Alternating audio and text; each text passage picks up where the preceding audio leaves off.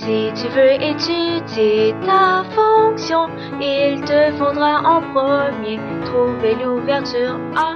Après tu dois trouver les zéros et ensuite il faut que tu trouves le sommet HK, puis l'ordonnée à l'origine sur l'axe DY. Factoriser général canonique. Regarde bien tes données, choisis la forme appropriée. Si jamais ton A est positif, la parabole est contente, la parabole sourit. Oh, mais si ton A est négatif, la parabole est fâchée, son sourire retourné. N'oublie pas le sommet HK qui t'aidera dans tous les cas. Quand la courbe fera demi-tour, le X et H, Y et K, voilà ton sommet. Si tu veux étudier ta fonction, il te faudra en premier trouver l'ouverture A. Après tu dois trouver les zéros et ensuite il faut que tu trouves le sommet HK, puis l'ordonnée à l'origine sur l'axe DY.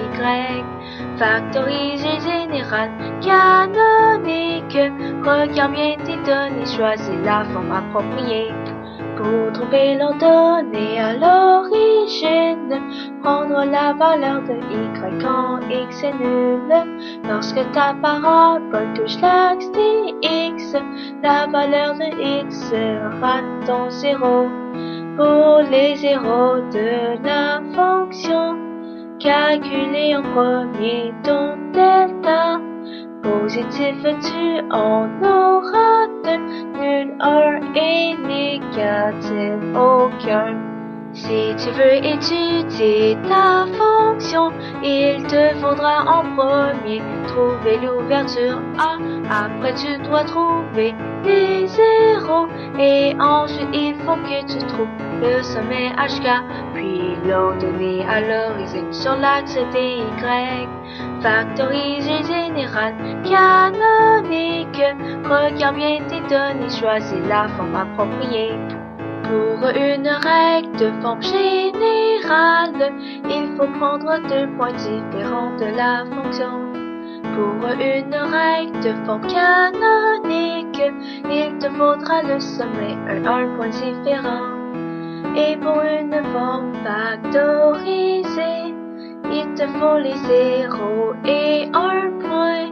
Maintenant tu sais ce qu'il te faut. Regarde bien ce que tu as, choisis ta priorité. Si tu veux étudier ta fonction, il te faudra en premier trouver l'ouverture A.